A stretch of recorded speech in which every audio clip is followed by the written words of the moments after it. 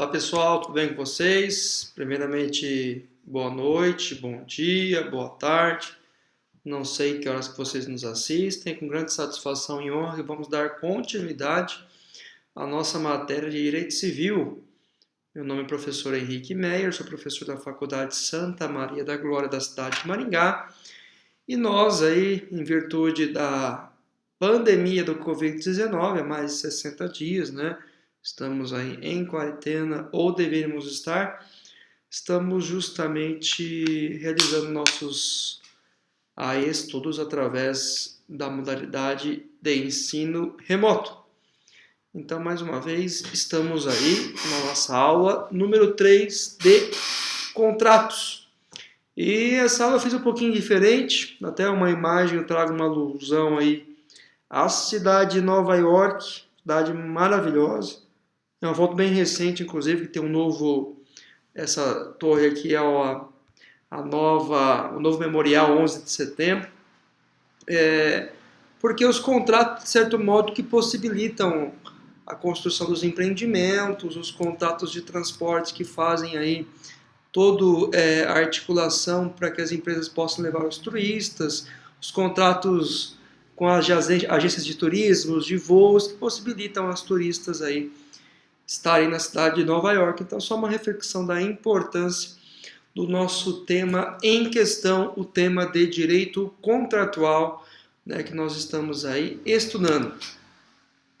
E o primeiro contrato que vamos estabelecer é o estudo dos contratos chamados contratos aleatórios. Olha que interessante.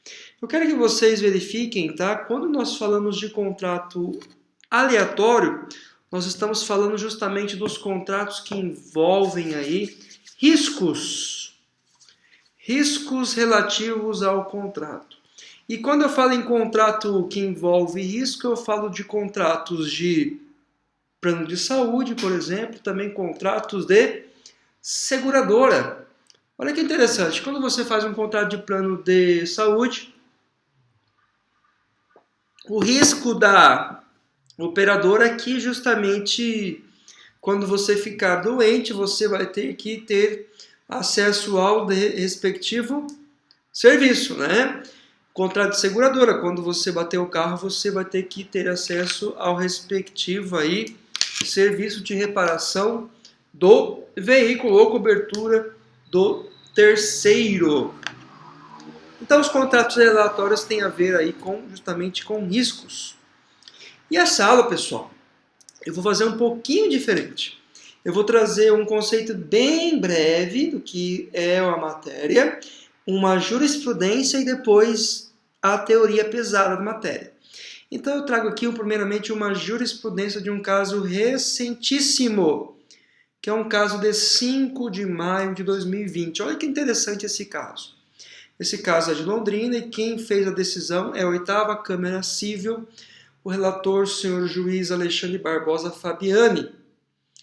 E olha que interessante esta decisão. Trata-se de um agravo de instrumento, uma decisão de segundo grau, uma ação de responsabilidade obrigacional securitária, ou seja, envolvendo um seguro.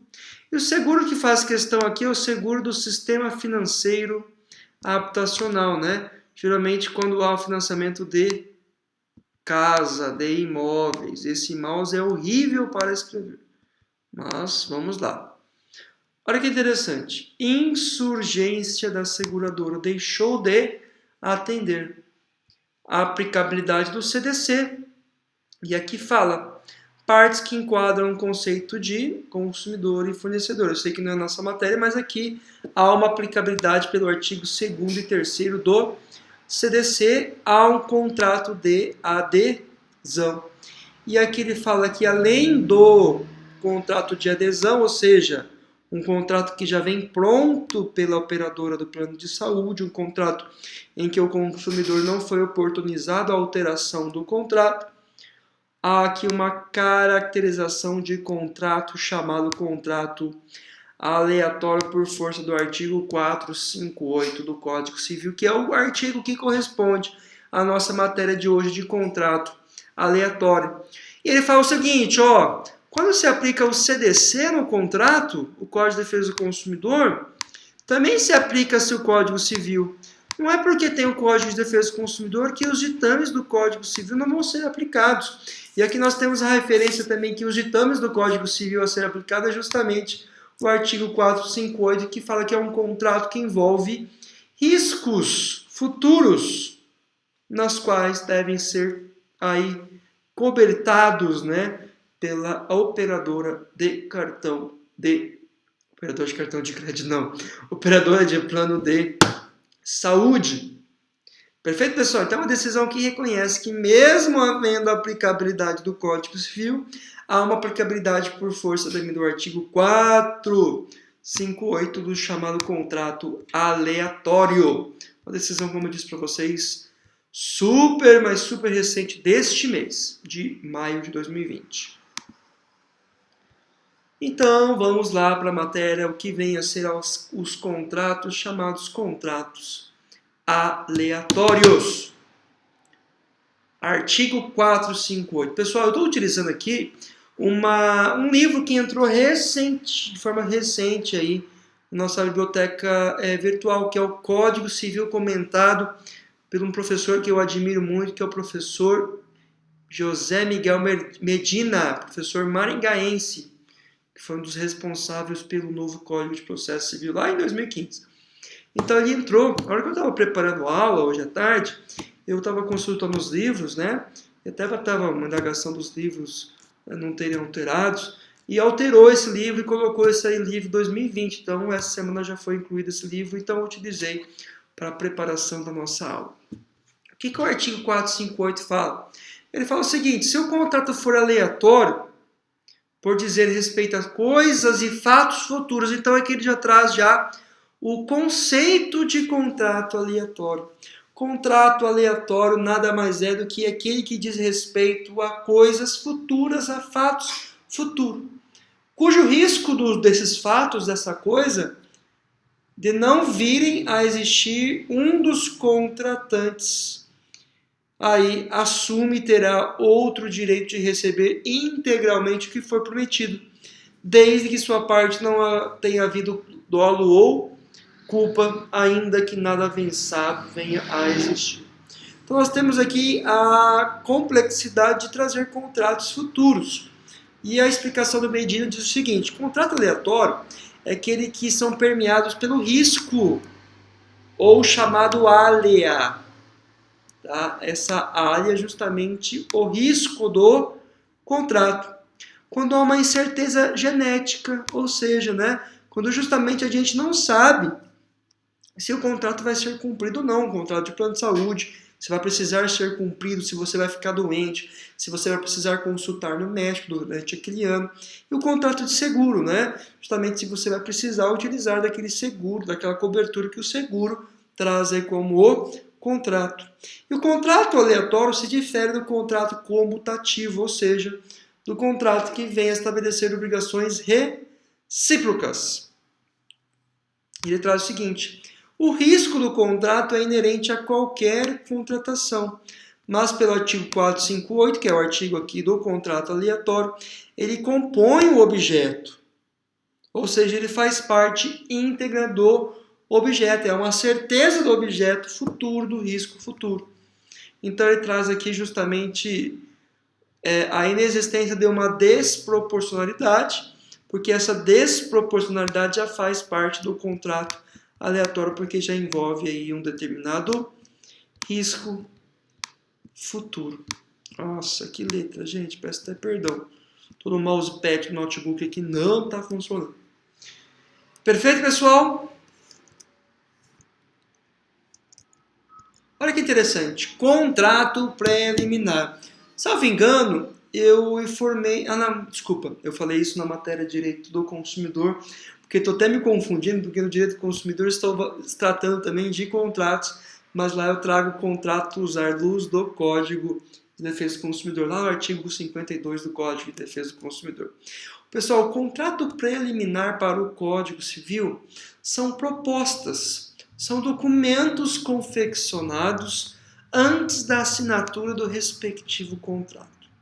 E é muito interessante que nós temos determinados assuntos, de determinados temas, que é realizado sim contratos preliminares. Vou dar um exemplo para vocês. Proposta de compra e venda de imóveis.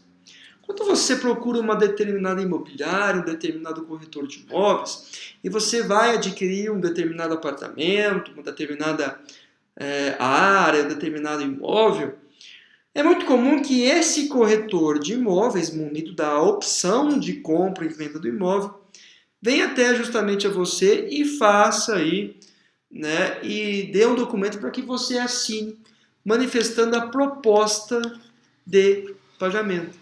Então, você está lá interessado em adquirir aquele apartamento, você olha o apartamento com a sua esposa e sua esposa fala: é esse apartamento que eu quero morar.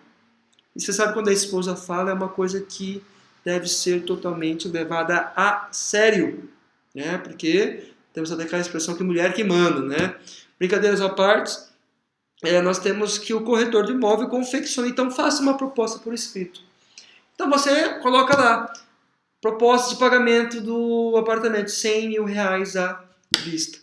Quando você faz a proposta por escrito do respectivo apartamento, da respectiva compra da unidade habitacional, nós temos que aquela proposta por escrito é um contrato chamado contrato preliminar. E aqui nós temos uma justamente decisão do mês passado, 23 de 3 de 2020, que traz a expressão do contrato preliminar. Ele fala o seguinte: execução de título extrajudicial é uma promessa de compra e venda. Ou seja, foi fixado um contrato de forma preliminar que, conforme o artigo 462 que a gente vai estudar agora, esse contrato deve ter aí alguns requisitos chamados requisitos essenciais, principalmente no tocante à forma do contrato.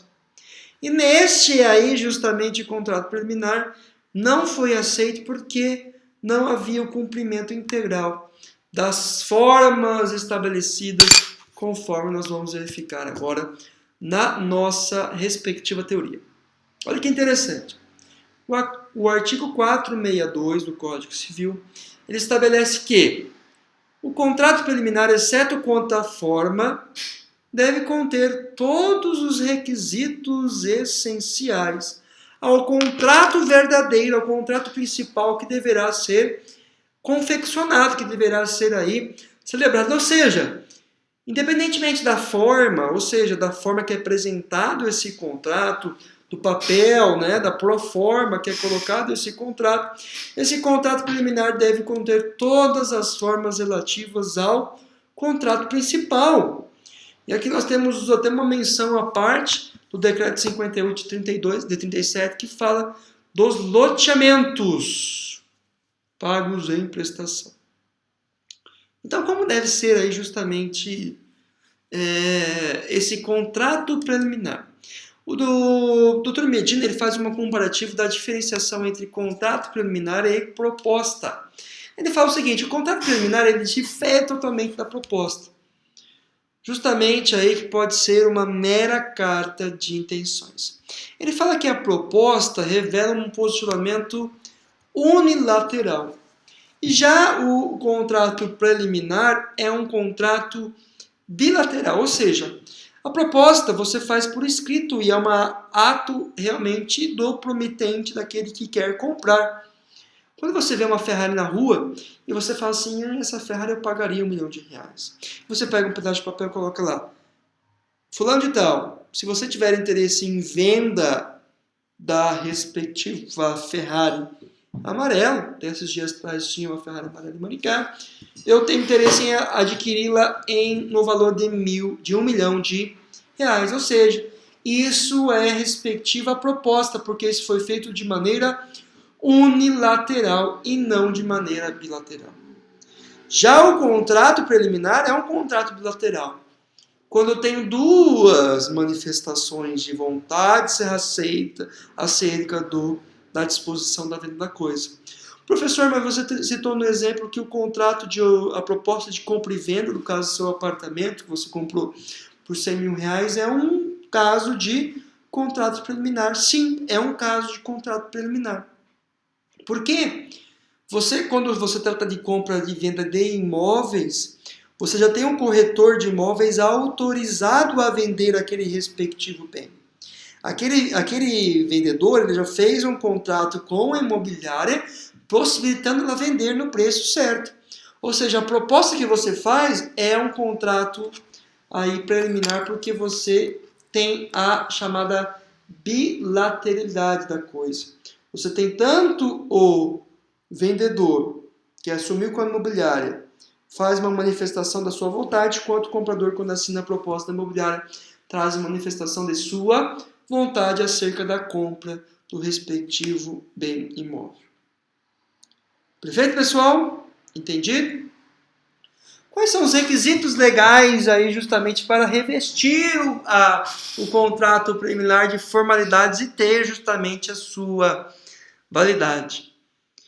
Os requisitos essenciais, né, é justamente a vontade das partes, ou seja, que aquela manifestação seja irretratável e avançada, que tem realmente o intuito de cumprir.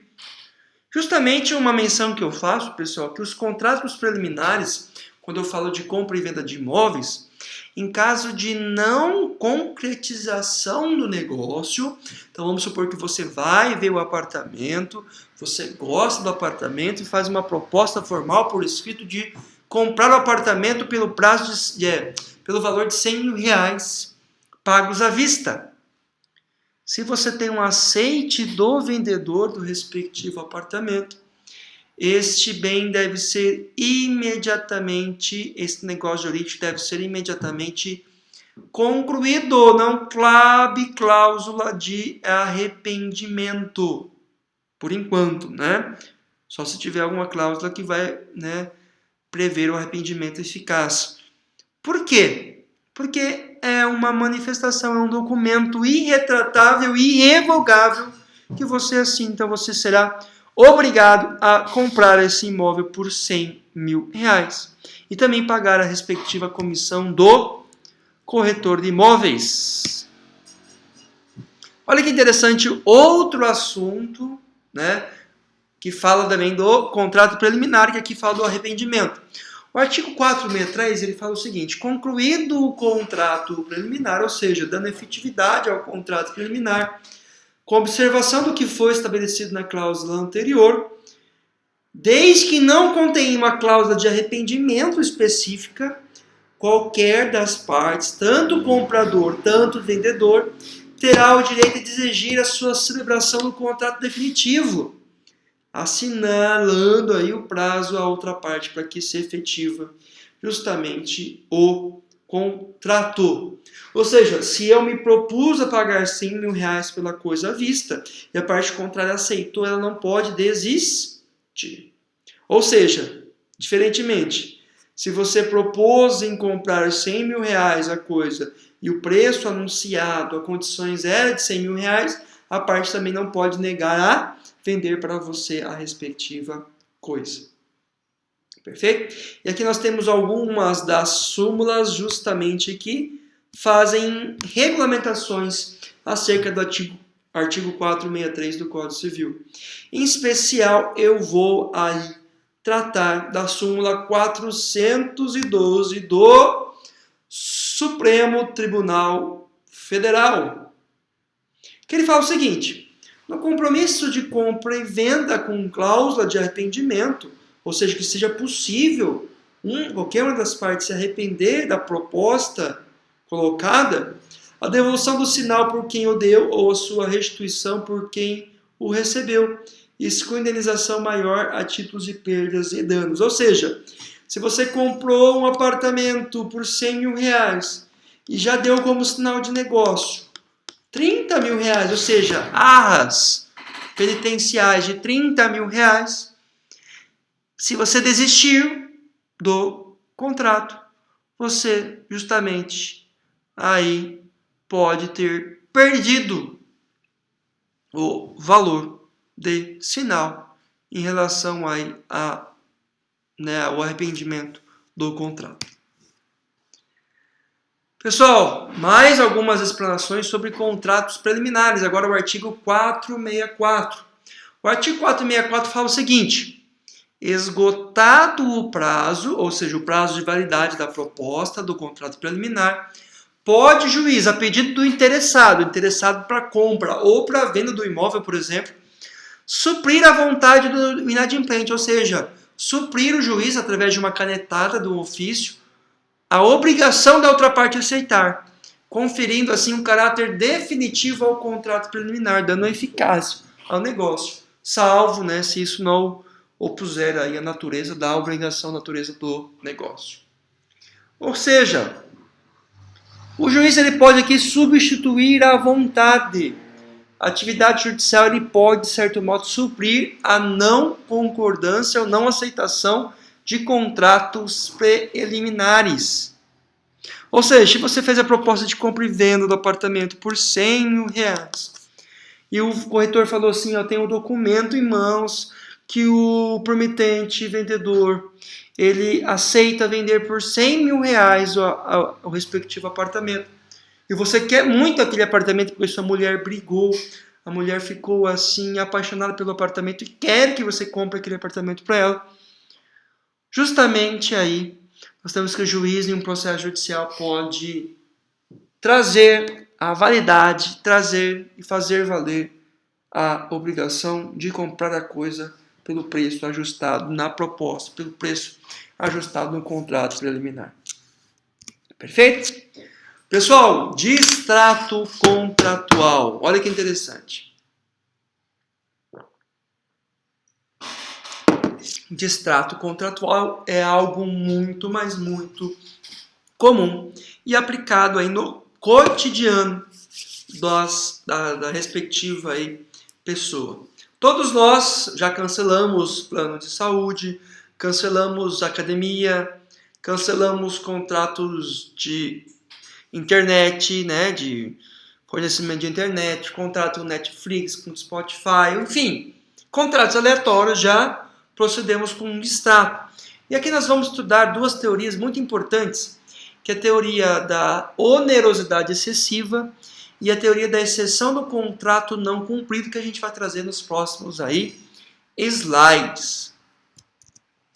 E olha que interessante estes casos. São os casos mais antigos, tá, pessoal? São casos aí de 2015, mas eu prometo que eu vou trazer alguma jurisprudência mais recente nos próximos estudos aí. É claro que eu trouxe também duas, uma da semana passada, desse mês ou do mês passado. Mas enfim, pessoal, qual são a mensagem dessas jurisprudências, né? São jurisprudências do Paraná. Olha que interessante. Primeiro, diz respeito aqui a rescisão de um contrato de compra e venda de imóvel. E aqui é um distrato unilateral, ou seja, uma das partes, não sei se nesse caso, comprador ou vendedor se distratou, comprou o apartamento e não, financiado e não quer mais aí pagar o apartamento. Diante deste aí distrato contratual, nós temos que esse distrato não observou os requisitos contratuais estabelecidos no artigo 472. Por que não observou? Porque o distrato foi unilateral. Olha que interessante, pessoal, esse desenho aqui. Quando houve o contrato de compra e venda, assinaram um contrato de compra e venda o vendedor, construtora, e o comprador, pessoa física. Ou seja, nós temos um contrato bilateral. E vamos lá. Eu desisto em escrever. Bilateral. Esse distrato que aconteceu aqui foi um distrato unilateral. Ou seja, o comprador fez uma cartinha e justamente comunicou à construtora que não quer mais o imóvel, o apartamento, o terreno, a casa. Pergunto, esse distrato é válido? Se o contrato for bilateral, todos assinaram, contrato por escrito, a notificação que tem o objetivo de rescindir o contrato é válido? Tem justamente aí validade jurídica? A resposta é não. Porque o distrato tem que ser feito da mesma forma que o contrato foi realizado. Se o contrato for um contrato por escrito e que ambas as partes assinaram, o distrato tem que seguir a forma principal do contrato, ou seja, tem que aí também ser assinado por ambas partes. Esta aí é justamente a mensagem do respectivo aí, a respectiva jurisprudência. Perfeito? No segundo caso, é um contrato justamente de fornecimento de gás, locação de cilindro. Deve ser um contrato aí hospitalar para fornecimento de equipamentos hospitalares pelo visto, tá? Eu não vi o caso na íntegra, a jurisprudência na íntegra, apenas estou mencionando aqui as emendas jurisprudenciais, ou seja, o resumão do caso. Então aqui também, cláusula com previsão de forma escrita. O distrato foi de forma verbal. Então imagina que o hospital contratou uma empresa para alocar e fornecer cilindros de gás, fornecer material cirúrgico, etc. e tal. E lá o fulano de tal, a empresa 123 Limitada Equipamentos Médicos Limitada, né? Tá fornecendo e o dono do hospital chega um dia lá pro empresário, né? Pro funcionário dessa empresa e fala assim: a partir de hoje, o senhor não precisa mais pisar aqui no hospital, o senhor não precisa mais fornecer o respectivo cilindro de gás, o respectivo material cirúrgico, porque nós não temos mais interesse. Já achamos um fornecedor mais barato. E, judicialmente, né, foi apontado por força do artigo 472 a invalidade deste distrato. Por que a invalidade desse distrato? Porque ele foi feito de forma verbal. Não pode um contrato que foi feito de forma escrita ser rescindido de forma verbal. Tem que ser rescindido da mesma forma que foi justamente aí feito, realizado. Perfeito, pessoal? O terceiro caso, cortou até um pedacinho, peço até desculpas, é o arrendamento rural. E também nós temos que o contrato foi feito, a notificação foi feita de forma verbal. Então o peão estava lá na lavoura, né, plantando soja, plantando aí milho, e o fulano de tal do notário falou assim: a partir de hoje eu não quero que você plante mais na minha terra, ou seja, o distrato foi verbal e isso não foi autorizado pelo caso em questão. Ou seja, na teoria, dando sequência agora, segundo o artigo 472, o distrato se faz da mesma forma exigida para o contrato. O distrato se faz da mesma forma exigida para o contrato. Se você fez a contratação de forma verbal, o distrato pode ser de forma verbal. Se você fez a contratação de forma contratual, com documento assinado por duas testemunhas, inclusive, o distrato tem que ser também documento assinado por duas testemunhas, inclusive. Se você fez o contrato de forma por escrito, deve seguir a mesma regra ou distrato. O que é o distrato para a lei? O que é o distrato para o direito? O distrato nada mais é do que, pessoal, do que o término do vínculo jurídico. É justamente o fim do vínculo jurídico, né? Sem qualquer, de certo modo, imputação de culpa e também sem atribuições de perdas e danos. Olha, não quero mais, esse contrato não está mais satisfazendo as minhas pretensões. Não é que você é ruim, não é que o seu serviço é uma porcaria, que eu não quero mais o contrato. Olha, eu não quero mais comprar um imóvel, não é porque o imóvel é ruim, porque a construtora é ruim, é porque eu não quero mais ter relações contratuais com a respectiva aí, empresa. Ou seja, o contrato tem por base justamente a mesma fórmula no contrato, né, o artigo 472, e pressupõe, né, um consenso entre as partes para dar fim. Né? Ou seja, cláusulas contratuais de extrato colocam o seguinte: em razão, né, considerando a vontade das partes em não aí proceder mais com, né, as obrigações atinentes a esse contrato, ou considerando a incompatibilidade das pretensões entre as partes, né? Então você pode usar aí várias questões de menções de declarações para colocar fim ao respectivo contrato. Olha que interessante a forma do distrato. A forma do distrato justamente é marcado pelo segmento aí da forma que foi realizado, principalmente pelas partes, ok? Pergunta, professor. Eu fiz um contrato de compra e venda, mas ao invés de ser feito um contrato de compra e venda, eu fiz uma escritura pública de compra e venda. Pessoal, qual que é a diferença de escritura pública e instrumento particular? Escritura pública é ato lavrado por tabelião de cartório, geralmente tabelião de notas, que lavra um documento público. Um documento público feito em cartório tem o que nós chamamos de fé pública. Tem um maior reconhecimento e legitimidade para terceiros. E o documento público é aquele que é registrado em outro documento público, ou seja, uma escritura pública de compra e venda dá força de registro. É somente a escritura de compra e venda que pode ser colocada a registro na matrícula do imóvel. O instrumento particular não traz força obrigacional de registro, porque é uma forma privada.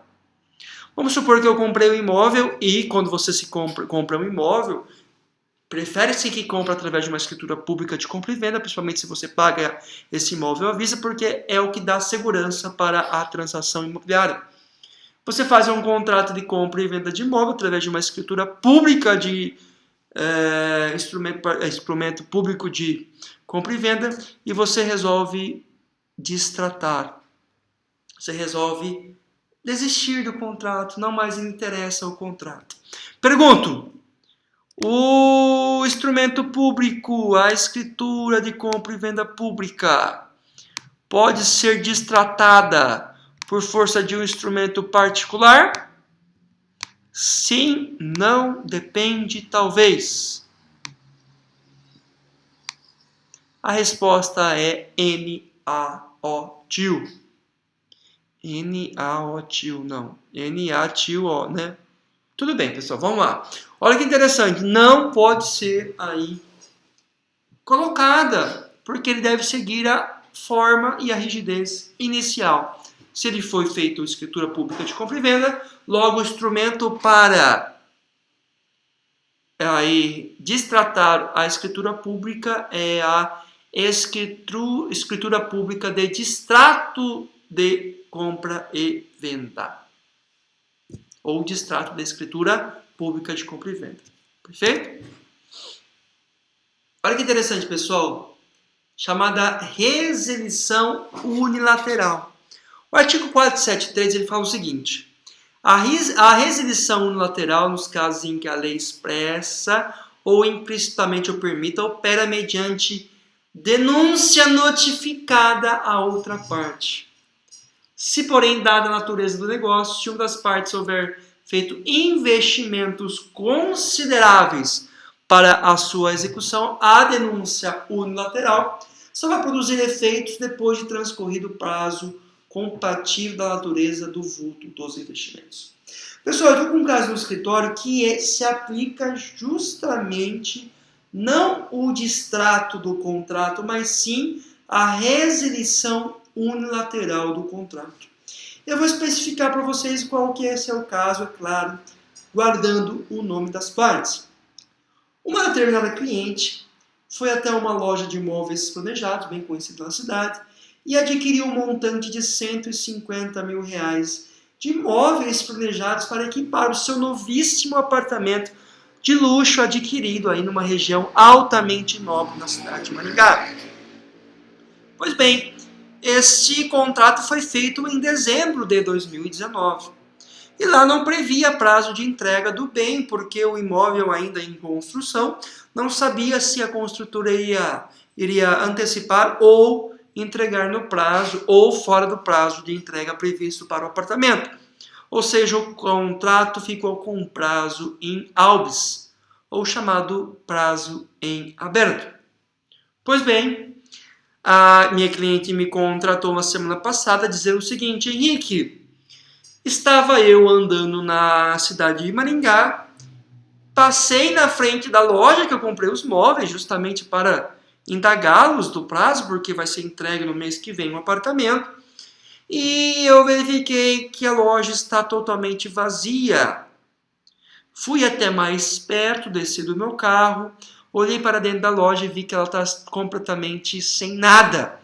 Móveis de escritório, todo o administrativo da empresa justamente se fechou. Entrei em desespero, porque paguei R$150 mil à vista. Pois bem, foi feito um contato via WhatsApp com a minha cliente e esse dono ou dona da respectiva loja. E infelizmente o WhatsApp não foi respondido, foi totalmente ignorado, assim como ligações e assim como notificação. Eu fui até o cartório de títulos e documentos e pedi para o tabelião oficial notificar pessoalmente o dono da loja. E o dono da loja não recebeu, não conseguiu ser aí encontrado por estar em local e paradeiro desconhecido. Ou seja, estou essa semana, inclusive hoje, estava fazendo processo judicial para dar seus R$150 mil. E eu estava estudando esse tema justamente, né, eu estava pedindo para o estagiário começar a fazer o processo, e ele falou assim, vamos entrar com um distrato. Eu falei assim, não é distrato, meu amigo. Falei para o estagiário. Ele indagou, mas como não é distrato? Você fez um contrato, você precisa desfazer o contrato. Eu falei, não, meu amigo, é o Lucas, até foi estudante da faculdade Maringá, da faculdade SMG. E ele falei, Lucas, não é distrato, cara. Ele falou assim, por que não é distrato, professor? Porque o distrato é quando há um consenso entre as partes da vontade justamente de rescindir. As partes mutuamente têm vontade. E nesse momento nós não temos a vontade da parte contrária. A parte contrária, ela vazou fora. Na calada da noite, do dia para a noite, da noite para o dia, ela saiu, tirou suas coisas. Agora o dono, ninguém sabe onde ele está. Não sabe se está no Brasil, se está em Maringá. Enfim, não é, meu amigo, distrato. Isso é uma resedição unilateral. É uma denúncia do contrato. Vide artigo 473. Perfeito? Olha que interessante. Resedição unilateral é quando se permite a denúncia, ou seja, quando uma das partes pede o cancelamento da relação jurídica. É muito comum em contratos bilaterais imperfeitos acontecer alguma coisa que o contrato não funcionou muito bem. Nesse caso, estou batendo na perda da confiança, no caso da mudança da empresa do dia para a noite, enfim, estou condicionando essas questões para a denúncia. E eu posso dizer para vocês que a denúncia, que é a resilição unilateral, se divide em duas, pessoal. Se divide em denúncia chamada denúncia cheia ou denúncia vazia, ou seja, ela pode ser uma denúncia condicionada ou uma denúncia incondicionada. Olha que interessante. Cheia é quando ela é condicionada num procedimento de competência do Poder Judiciário. Então, justamente é necessário utilizar-se de uma ação, de um procedimento judiciário para comprovar o motivo pelo qual hábil para a rescisão. E a vazia é quando, muito comum em casos de prazo determinado, quando justamente nós não temos a necessidade de retomar a discussão perto do Poder Judiciário. Então, inclusive, vou deixar um caso no estudo de caso, falando sobre denúncia cheia e também denúncia vazia para os senhores, ok? Olha que interessante, artigo 475. A parte lesada no inadimplemento, ou seja, minha cliente que foi lesada pelo não cumprimento do contrato, pode pedir a resolução do contrato se não preferir exigir o cumprimento, cabendo, em qualquer dos casos, indenização por perdas e danos. Então, nesse caso, além da resolução, nós podemos resolver o contrato, pedir a resolução em casos aí de indenização, pedindo inclusive indenização por perdas e danos. Então, aqui nós dividimos em resolução expressa ou tácita.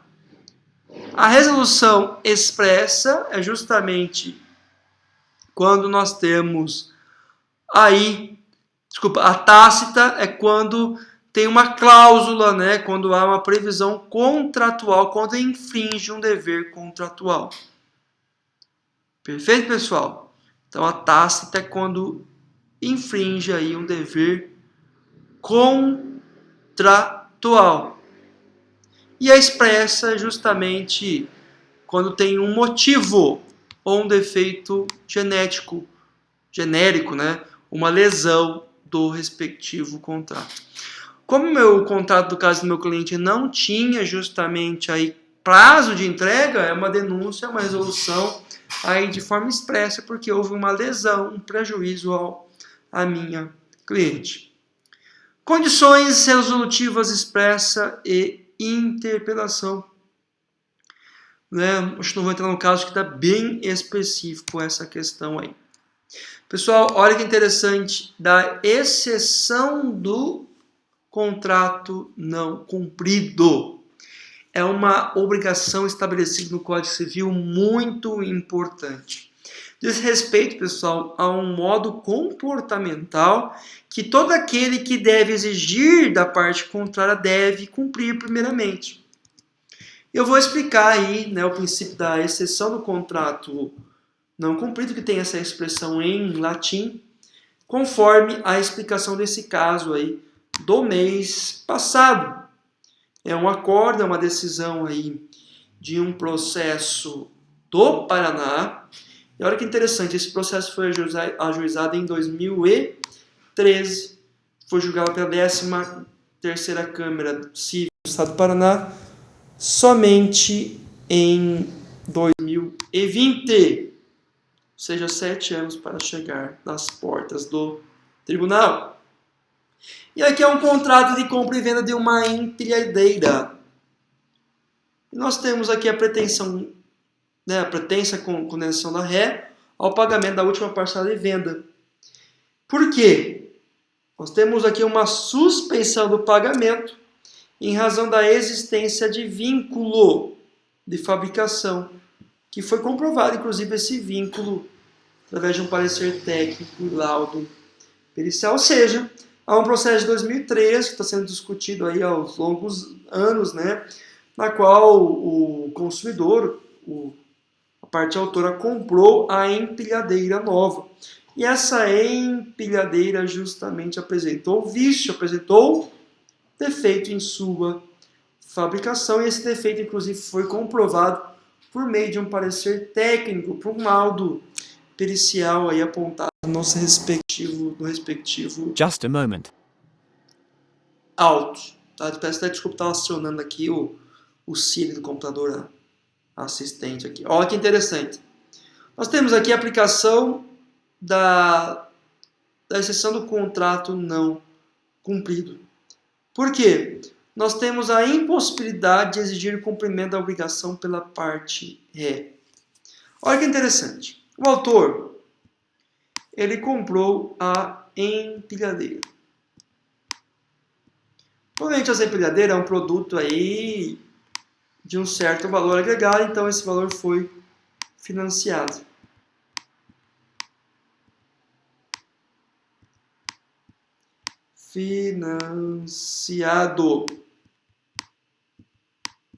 Vamos supor que ele financiou em 60 meses. Perfeito? O que acontece é que quando apresentou o vício, esse produto, quando aconteceu um vício de fabricação, a parte autora que comprou o produto, ela parou de pagar. Ela resolveu parar de pagar o contrato. Ela falou assim, eu não vou pagar por algo que está com vício, que é algo que não está funcionando. E ela parou aí de pagar. Perfeito?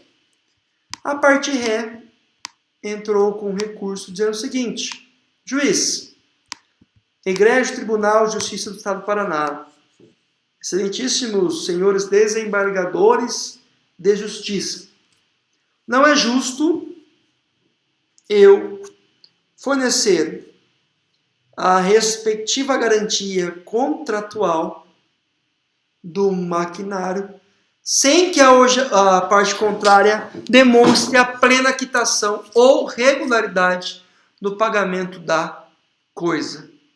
Ou seja, pessoal, nós temos aí justamente uma fixação do princípio da exceção do contrato não cumprido. Justamente que fala que eu posso reclamar do vício da empilhadeira. Eu posso reclamar judicialmente que a empilhadeira está com problema. Só que antes de eu reclamar, eu tenho que demonstrar que eu cumpri com a minha obrigação. Eu tenho que estar justamente em dia com o meu respectivo pagamento. Exceção do contrato não cumprido. The exception non adimplente. Ok, pessoal? Então, o que é essa exceção do contrato não cumprido? Justamente o que versa o artigo 476 do Código Civil. Que é muito importante isso, pessoal. Fala o seguinte: nos contratos bilaterais, ou seja, assinado por duas pessoas, né, duas partes, nenhum dos contratantes, antes de cumprir a sua obrigação, pode exigir o implemento da outra. Ou seja, antes de eu cumprir a minha obrigação, eu posso exigir que o outro cumpra a obrigação dele. Excepto non adimplente contractus, ou seja, os contratos bilaterais perfeitos ou sinalagmáticos, que a gente estuda na primeira aula, aqueles que trazem obrigações recíprocas entre as partes, existe uma comutatividade de prestações e contraprestação. Eu tenho uma obrigação de pagamento, em contrapartida a parte tem uma obrigação de dever de fornecimento de garantia, ou de entrega da coisa, ou de assistência, etc. Ou seja, as partes são conhecedoras. E as partes devem se colaborar entre si. Se eu estou regular com o meu pagamento, aí sim eu posso exigir o cumprimento da obrigação. Perfeito? Dessa forma, o contratante não é obrigado a antecipar a sua prestação quando a outra parte não tiver condições de cumprir a sua. Vou dar um exemplo, pessoal. Contrato de prestação de serviço de fornecimento de internet. Vamos supor que você está há 2 meses, 3 meses sem pagar a internet. E de repente a internet está muito lenta. A internet está falhando, a internet está caindo toda hora. E você liga lá na Oi, na GVT, você liga lá na Vivo, na Claro, na NET, sei lá, qualquer companhia, Copel Telecom, e fala: minha internet está uma porcaria, minha internet está muito ruim, eu não consigo conectar a internet, eu não sei o que. Eu quero aí rescindir o contrato, eu quero que vocês paguem a multa do meu contrato, rescindir sem custo, porque está horrível o contrato. O vendedor call center fala o seguinte: meu amigo, exceptio non adimplente contractus. Se você trabalha em call center, fala isso para o consumidor. Amigo, exceptio non adimplente contractus. Parece até aquela mágica do Harry Potter que ele faz lá. Mas não é isso não, tá, pessoal? Isso é exceção do contrato não cumprido. Amigo, pague todos os valores que depois que você pagar, você pode exigir a contraprestação. Porque às vezes a velocidade foi reduzida justamente porque você está inadimplente com a obrigação de pagamento. Perfeito, pessoal. Por fim, pessoal, nós temos a resolução por onerosidade excessiva, ou seja, a possibilidade do contratante, do consumidor, da pessoa física ou jurídica, resolver o contrato, rescindir o contrato, por esse contrato estar justamente muito caro e muito excessivo. E eu tenho um exemplo clássico disso. Um exemplo, um drama familiar do meu tio. O meu tio lembra até hoje, pessoal. Eu tinha, acho que, 8 anos de idade e foi um dos primeiros casos que eu lembro, assim, de comentário de família, de negócio. O meu tio, ele mexe até hoje com van escolar. Carrega o pessoal em shoppings atacadistas, né? E lá, ele comprou em 1990 uma van chamada Hyundai H100. E também ele comprou uma Asia Motors Topic. Parecido com a Kia Besta, mas não é a Kia Besta. Sabe que nós temos na hierarquia de vans diferenciações entre Towner, entre Asia Motors Topic, diferenciações entre Hyundai HB20, Mitsubishi L300, que é uma van. Essas partes de van eu conheço, que minha família inteira tinha van e trabalhava com van, então eu vivia dentro de van escolar muitas vezes. Olha que interessante. Ele comprou 2 vans. Ele firmou o contrato em dólar. Isso em 1990 e alguma coisa. Ele fez um contrato, lembra até hoje, de leasing bancário em doletas, em dólar. E o contrato era com a base de cálculo em dólar. Estava o contrato lá em empréstimo em dólar, porque nós estávamos naquele momento, em 1990, uma instabilidade econômica, recém-aprovado o plano real, nós não sabíamos se a moeda justamente iria vingar, iria justamente ser aí aplicada. Ele fez o contrato em dólar e, coitado do meu tio, começou a pagar, o dólar estava R$1 e o dólar começou a subir. Daqui a pouco o dólar estava 2, é o dobro da parcela que ele tinha que pagar. 3, triplo da parcela ele teve que pagar. Ou seja, ele comprou 3 vans, mais do que 3, porque tinha juros, né? Ele comprou 4, 5, 6 vans com o preço que ele pagou no financiamento. Ou seja, o contrato se tornou oneroso demais para o meu tio, porque justamente aconteceu algum fato superveniente ao contrato que prejudicou totalmente o meu tio. E esse eu trago um caso, dia 18/5/2020, que traz justamente um cartão de crédito, né? Um contrato de cartão de crédito consignado, que traz aqui uma onerosidade aqui, mas o consumidor não conseguiu comprovar, porque houve a quitação integral do débito, só que a operadora aí do cartão ainda continuou a efetuar descontos no benefício do autor, ou seja, houve um enriquecimento ilícito, houve ilegalidade das cobranças, houve justamente, né, aí o que nós chamamos de, embora ausente a prova de onerosidade, houve a onerosidade excessiva, se tornou mais cara do que justamente aí procedeu ao respectivo contrato. E esse é o artigo correspondente, esses são os artigos correspondentes à onerosidade excessiva. Explica o que é onerosidade excessiva. Fala o seguinte, nos contratos de execução continuada ou diferida, se a prestação de uma das partes se tornar excessivamente onerosa, ou seja, cara demais, ou com extrema vantagem para uma das partes, então aquele banco lá que estava o contrato em dólar deu risada porque ele recebeu muito mais do que ele merecia receber. Em virtude de acontecimentos de fatos extraordinários ou imprevisíveis, poderá o devedor pedir a resolução do contrato. A resolução poderá ser evitada se o réu modificar e equilibrar, né? Ou seja, tiver uma modificação equitativa das condições do contrato. Ou seja, se aquele contrato de dólar do meu tio, o banco tivesse falado, ó, meu amigo, não vai ser mais em dólar, porque o dólar está terrível, vai ser em reais. Então, ele modificou a condição, ou seja, equilibrou o contrato deixou de tornar-se excessivo entre as respectivas partes. Por fim, pessoal, nós temos o artigo 480 que fala o seguinte, ainda, né, na onerosidade excessiva. Se no contrato as obrigações couberem apenas uma das partes, ela poderá pleitear que essa prestação seja reduzida ou alterar a fim de executar, a fim de tornar aí, evitar a onerosidade excessiva. Pessoal, nós temos aqui os casos relativos a revisões de financiamento.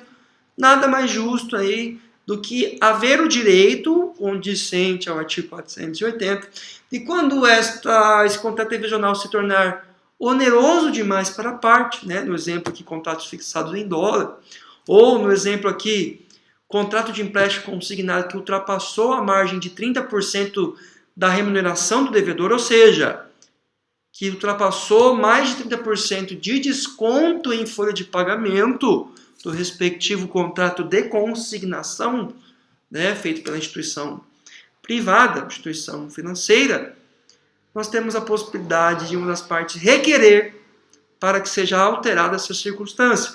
Então vamos supor que você vai até a Crefisa e faz um contrato de empréstimo vinculado ao seu olerite, vinculado à sua folha de pagamento consignado.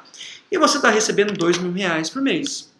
E o contrato diz respeito que a parcela deverá ser no máximo de R$600, ou seja, fica limitado o percentual de 30% de possibilidade de desconto do valor do seu salário. Porém, todo mês a Crefisa manda lá um ofício para para a sua empregadora, para a prefeitura, para a entidade pública e para descontar 30%. Porém, esse mês, por conta das faltas injustificáveis, você teve uma redução que ao invés de R$2.000, o seu salário foi de R$1.500. Ou seja, aquele valor de R$600 descontados todo mês por conta do contrato se tornou oneroso por um fato superveniente. Em razão da onerosidade excessiva, você pode pedir a respectiva revisão da obrigação, justamente com o intuito de preservar o mínimo existencial, ou seja, preservar a fatia, né, para a sua subsistência, ou seja, o restante 70% para você alimentar, para você ter lazer, para você pagar moradia, entre outros assuntos.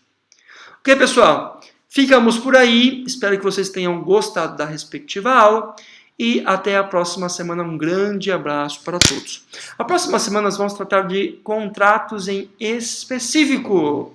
É muito interessante que nós vamos ver os pormenores dos respectivos contratos regulamentados pelo Código Civil. Contrato de transporte, contrato de doação, contrato de compra e venda, contrato de distribuição, enfim, uma infinidade de temas. Eu vou trazer para vocês alguns aspectos realmente de como fazer um contrato e vou pedir justamente a exemplo do nosso primeiro bimestre que você faça o contrato com os ensinamentos da nossa respectiva aula. Muito obrigado a todos pela presença. Uma ótima semana. Fiquem com Deus. Tchau, tchau.